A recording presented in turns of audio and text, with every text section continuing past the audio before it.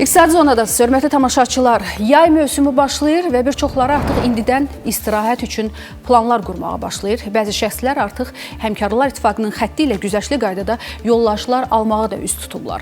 Bu imkandan kimlər və necə faydalana bilər və bu sahədə hansı yeniliklər var? Vətəndaşları maraqlandıran bütün suallarımızı Azərbaycan Həmkarlar İttifaqları Konfederasiyasının sədrinin müşaviri Elkar Ziyadova ünvanlayacaq. Axşamınız xeyirli olsun. Elkar müəllim, xoş gəlmisiniz. Xoş gördük. Çox təşəkkür edirəm dəvət. Elkar müəllim, əvvəlcə belə bir suala aydınlıq gətirək ki, Azərbaycan Həmkarlar İttifaqının xətti ilə kimlər güzəştli yollayışlardan istifadə edə bilər, buna müraciət edə bilər və bu zaman şəxs özü ilə yanaşı ailə üzvü üçün də bu imtiyazdan faydalana bilərmi, onun üçün də müraciət edə bilərmi? Bildiyiniz kimi, ötən ilin 4 iyun tarixindən yollayışlar üzrə müraciətlər yalnız e-ahik.az elektron rezervasiya portalı vasitəsilə həyata keçirilir. Vətəndaşlar rahat şəkildə ölkənin istənilən bölgəsindən internet əlaqəsində olmağa kifayət eləyir. Müvafiq platformaya daxil olub, yollayışa dair öz müraciətlərini elektron şəkildə yerləşdirə bilərlər. Və bu müraciətləri etdikdən sonra müvafiq qayda 13 gün ərzində müraciət cavablandırılır. Onlayn yollayışın qismən dəyəri onlayn formada ödənilir. Daha sonra elektron yollayışla təmin olunur vətəndaş, müraciətçi.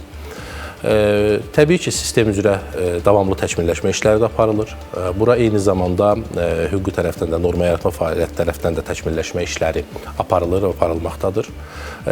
Bu təkmilləşmələrin əsas məqsədi istər texniki, istər hüquqi tərəfdən, norma yaratma fəaliyyət tərəfdən əsas məqsədi ondan ibarətdir ki, birincisi, yollayışdan istifadə etmə hüququ olan şəxslərin daha geniş şəkildə əldə etmə imkanı olsun yollayışı. İkincisi isə təbii ki, resurslar limitli olduğu üçün daha ədalətli bölgünün təmin edilməsi həyata keçirilsin. Bu nə deməkdir? Yollayışa müraciət etmə hüququ olan təqribən 3 milyona yaxın şəxs var. Bəli. Bu, deməli, 1,8 milyon təqribən sığorta olunan, 1,1 milyon pensiyaçılar var. Və bunların da, deməli, bunlarla yanaşı 1 milyona yaxında Həmkarlar İttifaqlarının üzvləri var ki, bunlar yollayışdan yararlanmaq hüququna malikdirlər. Lakin resurslar il ərzində 80-90 min nəfər arası şəxsi yollayışdan istifadə etmə imkanı yarada bilir, resurslar cəhətdən, maddi-texniki resurslar baxımından. Məhz bu baxımdan ədalətli bölgünü təmin etmək çox vacibdir. Yəni, məhz birbaşa, deməli, yollayışdan istifadə etmə hüququ olan sığorta olunanlar, Həmkarlar İttifaqları üzvləri və pensiyaçılar daha geniş şəkildə istifadə edə bilsin deyə müvafiq təkmilləşmə işləri aparılır.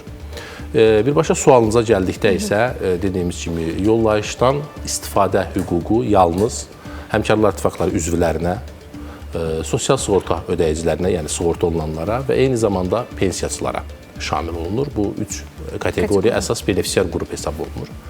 Ailə üzvlərlə bağlı məqamlara da toxunduqda isə onu qeyd edə bilərəm ki, sosial sığorta ödəyicisi olan, pensiyaçı olan, ən vacibi Həmkarlar İttifaqları üzvü olan istənilən ailə üzvü də yollayışdan yararlana bilər.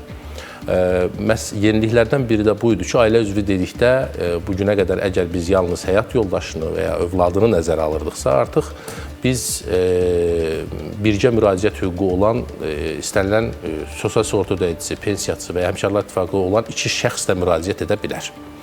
Əgər onlar birinci dərəcəli ailə üzvü deyilsə, bu halda təbii ki, eyni cins tərkibi nəzərə alınmalıdır və iki şəxs, hətta qohum olmayan iki şəxs də müraciət etmək hüququ olacaqdır. Amma bu bizi gözləyən yeniliklərdən biridir. Bəli, Həmkarlar İttifaqı üzvü olmalıdır və ya sığorta olunan olmalıdır və ya pensiyaçı olmalıdır. Bu, benefisiar qrupa aid olmanın əsas şərtləridir. Son illərin statistikasını nəzər salsaq, əgər 2023-cü ildə, deyək ki, 38 mindən çox yollayış verilmişdirsə, 2024-cü ildə bu rəqəm 34.500 olmuşdur, amma 2025-ci ildə məhz elektron rezervasiya platformasının istifadəyə verildiyindən səbəbindən əlçatanlıq genişlənmiş və 43 mindən çox yollayış vətəndaşlara verilmişdir. Bu da artan dinamikanı göstərir, resursların daha səmərəli bölgüsünü göstərir. Yollayışdan indiyə qədər heç vaxt istifadə etməmiş insanların böyük bir hissəsinin demək ki, yollayışa həm müraciət etmək imkanını genişlənib, həm də onlar artıq daha çox yollayışla təmin olunublar bir hissəsi. Bu da təbii ki, bizi sevindirən hallardan biridir. İlker müəllim, bu rəqəmsallaşma, elektronlaşma ilə bağlı xüsusi qeyd elədiniz və AHK-in son illərdə, son dövrlərdə gördüyü ən böyük işlərdən də biri bu sistemin tam elektronlaşdırılmasıdır, müraciətin. İstəyərdik bununla bağlı bir aydınlıq gətirəsiniz. Çünki bəzi insanlar var, elə yaş kateqoriyasından olan insanlar var ki, elektronlaşmada müəyyən çətinliklə üzləşirlər. Tutalım, hansı bir məqama qədər gəlib çatırlar və oradan sonrasını artıq yerinə yetirə bilmirlər. Bu zaman onlara hansı dəstək göstərilir ki, o vaxt itkisi olmasın və o da təmin olunmuş olsun? Təbii ki, biz həm dövlət xidmətlərinin elektron reyestrinə qoşulduq və yaxın zamanda bizim MyGov platformasına tam inteqrasiyamız həyata keçirilməsi nəzərdə tutulur və bütün bunlar nələri gətirib çıxarır? İlk öncə vətəndaşların daha sadə müraciət etməyinə gətirib çıxarır. Çünki vətəndaşların artıq daxil elədiyi məlumatların bir çoxu inteqrasiya vasitəsilə avtomatik olaraq onların MyGov vasitəsilə daxil olduqları üçün avtomatik olaraq sistemdə öz əksini tapacaqdır. Bu da daha az sənəd yükünə gətirib çıxaracaqdır. Müraciətçilərin öz deməli yollayışa dair müraciətlərini həyata keçirərkən daha az məlumat doldurma nəticəsinə gətirib çıxardacaqdır və bununla yanaşı paralel olaraq bu daha sürətli cavablandırmaya səbəb olacaq. Yollayışlara dair, əgər birincisi bizim e-ahek.az platformasında video təlimat yerləşdirilib. Vətəndaşlar buradan tanış ola bilərlər. Kurort Turizm İnformasiya Mərkəzinin əlaqə nömrələri mövcuddur. Həmin orada bizim çağrı mərkəzimiz var. Əlaqə nömrələrindən deməli müraciətçilər əlaqə saxlayıb onlar deməli öz müraciətlərinə dair istənilən sualı verə bilərlər. Təbii ki, müraciət yalnız vətəndaşın özü tərəfindən təsdiqlənə bilər, amma müraciətə dair hər hansı bir sual, hər hansı bir çətinlik olarsa, Kurort Turizm İnformasiya Mərkəzinin telefon vasitəsilə əlaqə saxlayıb dəstək almaq imkanı vardır. İlker müəllim, bir də istəyərdik ki, bu yollayış verilən istirahət və müalicə mərkəzlərinin siyahısı ilə bağlı hal-hazırda işlər görülürmü? Burada da bir genişlənmə, daha yeni müalicə obyektlərinin əlavə edilməsi varmı? İlk öncə onu qeyd edeyim ki, hal-hazırda sistem üzrə müraciətçilər gelib, orada görünən, qeyd olunan bütün istirahət və ya sağlamlıq mərkəzlərini seçərək yollayışa dair müraciət edə bilərlər. Təbii ki, vətəndaşlar müraciətçilər müraciət edərkən həm istirahət, həm müalicə üzrə mərkəzlər orada öz əksini tapır. Yay üzrə isə təbii ki, sezon gəldiyi üçün yay sezonu artan müraciət tələblərinə, tələbə uyğun olaraq, artan müraciətlərə uyğun olaraq çarpayı fondu da artırılır və buna müvafiq olaraq yeni istirahət və sağlamlıq mərkəzləri də orada öz əksini tapacaqdır. Hal-hazırda sistemə daxil olarkən, yəni platformaya daxil olarkən müraciətçilər daha çox sağlamlıq mərkəzlərini görmək imkanına malik olur. Bu da səbəb ondan ibarətdir ki, təbii ki, müalicə təyinatlı yollayışlar prioritetdir və bu tipli yollayışlarda əsas məqsəd ondan ibarətdir ki, vətəndaşların sağlamlığa dair qeyd elədiyi müraciətlər daha prioritet əhəmiyyət kəsb edir. Yəni, sağlamlıq prioritetdir, zərurətdən irəli gəlir, istirahət isə seçimdən irəli gəlir. Hər ikisi üçün imkanlar vardır.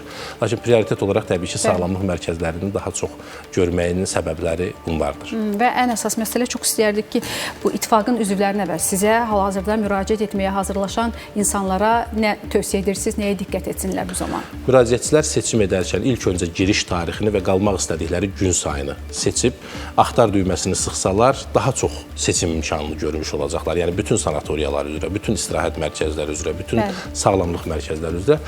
İkinci olaraq, əgər konkret olaraq hansısa bir sağlamlıq mərkəzinə getmək istəyirsə, bu halda giriş tarixini, qalmaq istədikləri gün sayını və sağlamlıq mərkəzinin adını qeyd eləməlidirlər. Konkret seçim eləməlidirlər. Filtrlərin sayını artırdıqca seçimlərin imkanı da azalır.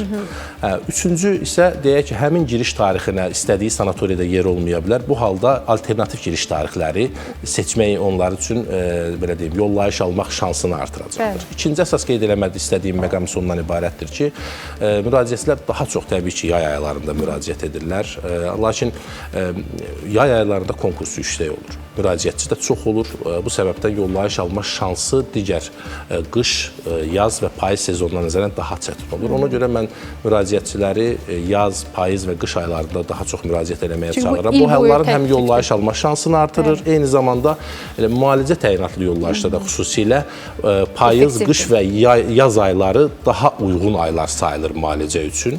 Son olaraq isə qeyd eləmək istədiyim məqam müraciətçilər şəxslər sistemə müvafiq sənədləri daxil edərkən bu şəxsiyyət vəsiqəsi məlumatlar ola bilər, sağlamlığı haqqında arayış ola bilər, iş yerinə və ya dairə arayış, pensiyaçı olması barədə arayış ola bilər və ya sosial əsas kateqoriyaya aiddirsə bunu təsdiq edən sənəd ola bilər. Bu sənədləri yükləyərkən düzgünlüyünə və tamlığına əmin olsunlar. Bu onların müraciətlərinin imtina almamasına gətirib çıxaracaqdır.